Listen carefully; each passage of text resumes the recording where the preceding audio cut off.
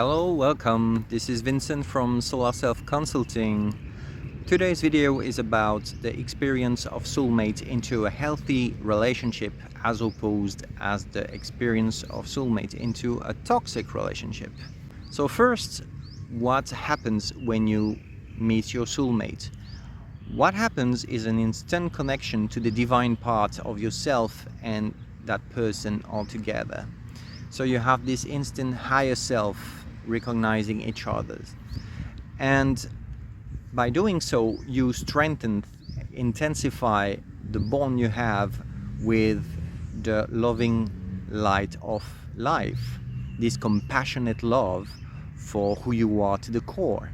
You recognize it more easily into the other person, more easily into yourself, more easily between you and that person, and more easily all around you. But all of we are is not as absolute. We also have a more impermanent part of ourselves that is shaped or is shaping the circumstances, the events and the situations we're in. This is our ego, and the ego is there so that it can be shaped in a way that's beneficial for you into the materiality of the world. Now, your relationship goal with your ego is not to destroy it, but to open it, to soften it, to make it flexible enough so that it can integrate and welcome new concepts, new experiences, new skills that are going to be more beneficial to you for your growth and for your fulfillment. The soulmate experience in a healthy relationship makes the lighthouse of the loving light of life more intense. It's more easily available.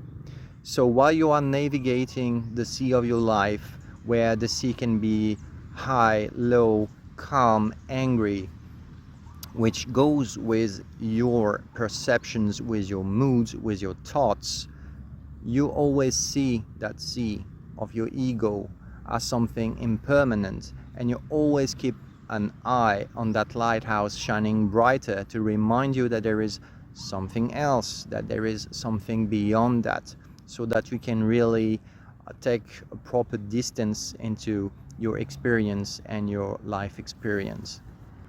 But in a toxic relationship, then the soulmate experience, instead of being used as an opportunity to really soften your ego, will go the other way and will be an excuse not to do the softening work of the ego. So in a toxic relationship involving the soulmate experience, whether the soulmate experience is real or delusional, it doesn't matter.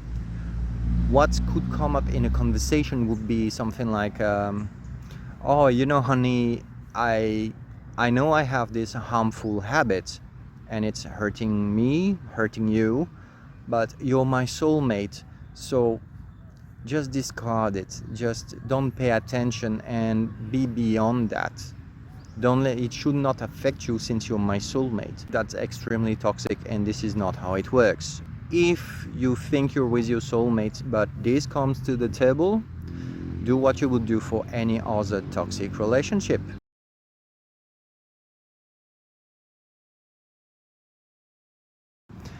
I wish you all the best with all the love and all the light. See you soon.